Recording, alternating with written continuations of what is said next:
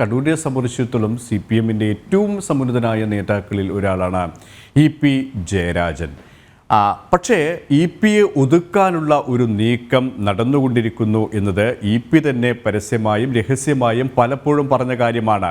അതിൻ്റെ ഒരു പ്രതിഫലനം എന്ന രീതിയിൽ തന്നെയാണ് ഈ ഒരു പുതിയ വിവാദവും ഉണ്ടായിരിക്കുന്നത്. EP പ്രകാശ് ജാവ്ദേക്കറെ അടക്കം കണ്ടു, നിർണായകമായ ചർച്ചകൾ നടത്തിയെന്നുള്ള ശോഭാ സുരേന്ദ്രൻ്റെ വെളിപ്പെടുത്തൽ അത് പാർട്ടിയെ ഒന്നാകെ പ്രതിരോധത്തിലാക്കുമ്പോൾ കണ്ണൂർ ജില്ലാ ഘടകത്തെ സംബന്ധിച്ചിടത്തോളം എന്ത് നിലപാടാണ് അവർ ഇപ്പോൾ സ്വീകരിക്കുന്നത്? കഴിഞ്ഞ ദിവസം പാർട്ടിയുടെ ജില്ലാ സെക്രട്ടറി സ്ഥാനം കൂടിയുള്ള അവിടുത്തെ സ്ഥാനാർത്ഥി കൂടിയായിരുന്ന MV ജയരാജൻ്റെ വാക്കുകൾ മുഖ്യമന്ത്രി പറയേണ്ടതെല്ലാം പറഞ്ഞു എന്നാണ്. പക്ഷേ മുഖ്യമന്ത്രി പറയേണ്ടതെല്ലാം പറഞ്ഞിട്ടുണ്ടെങ്കിലും ചില കാര്യങ്ങൾ അദ്ദേഹം തന്നെ പറയേണ്ടിയിരിക്കുന്നു സെക്രട്ടറി സ്ഥാനത്തിരുന്നുകൊണ്ട്. പക്ഷേ അത് അദ്ദേഹം പറഞ്ഞിട്ടില്ല. പക്ഷേ നിർണായകമായ ചില തീരുമാനങ്ങളിലേക്ക് പാർട്ടി കടക്കുമ്പോൾ ജില്ലാ നേതൃത്വം കൃത്യമായ രീതിയിൽ നിലപാട് വ്യക്തമാക്കുമെന്ന കാര്യത്തിൽ സംശയവുമില്ല. അതുകൊണ്ട് തന്നെ പാർട്ടിയെ സംബന്ധിച്ചിടത്തോളം, ജില്ലാ ഘടകത്തെ സംബന്ധിച്ചിടത്തോളം ഈ ഒരു വിഷയം എത്രത്തോളം പ്രതിരോധത്തിലാക്കിയിട്ടുണ്ട്?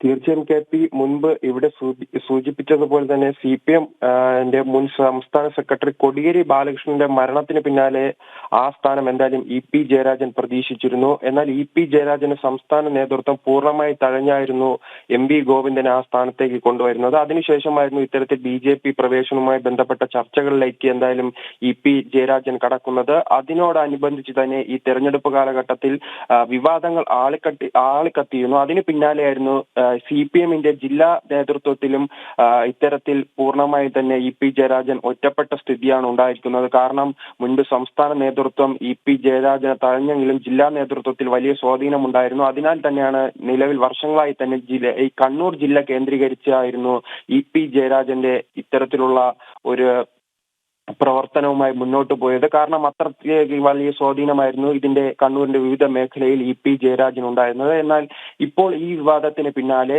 ഈ അണികളും അതോടൊപ്പം തന്നെ CPM-ന്റെ ജില്ലാ നേതൃത്വവും ജയരാജനെ പൂർണ്ണമായി ഒറ്റപ്പെടുത്തിയിരിക്കുകയാണ്. അതിന് പിന്നാലെയായിരുന്നു ഈ വിവാദങ്ങൾക്ക് പിന്നാലെയായിരുന്നു തെരഞ്ഞെടുപ്പ് ദിവസം മുഖ്യമന്ത്രി പിണറായി വിജയൻ തന്നെ EP ജയരാജനെ വിമർശിക്കുന്നത്.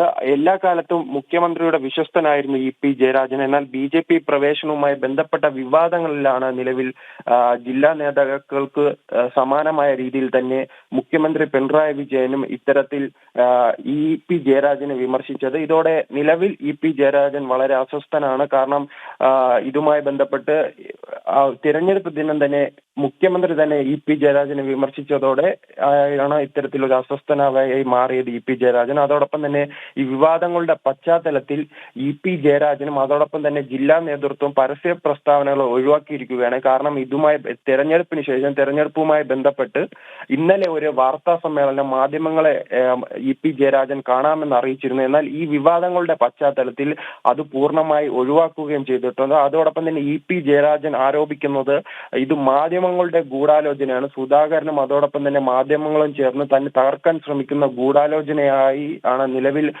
EP ജയരാജൻ ആരോപിക്കുന്നത്. പക്ഷേ EP ജയരാജൻ തന്നെയായിരുന്നു തുടക്കത്തിൽ ഇത്തരത്തിൽ ഒരു ചർച്ച നടന്നില്ലെന്ന് മാധ്യമങ്ങളോട് പറയുകയും പിന്നീട് തെരഞ്ഞെടുപ്പ് ദിനം ഇത്തരത്തിൽ പ്രകാശ് ജാവ്ദേക്കറുമായി കണ്ടിട്ടുണ്ടെന്നും തുറന്നു സമ്മതിച്ചതും EP ജയരാജനാണ്. എന്തായാലും EP ജയരാജൻ ഇതുമായി ബന്ധപ്പെട്ട് വലിയ ആശങ്കയിലുമാണ്. തന്റെ രാഷ്ട്രീയം പൂർണ്ണമായി CPM-ൽ അവസാനിക്കുന്ന തരത്തിലേക്ക് പോകുമോ എന്ന ആശങ്കയിലുമാണ്. അതോടൊപ്പം തന്നെയാണ് ജില്ലാ നേതൃത്വം EP ജയരാജനെ പൂർണ്ണമായി ഒറ്റപ്പെടുത്തുകയും ചെയ്തിരിക്കുന്നു.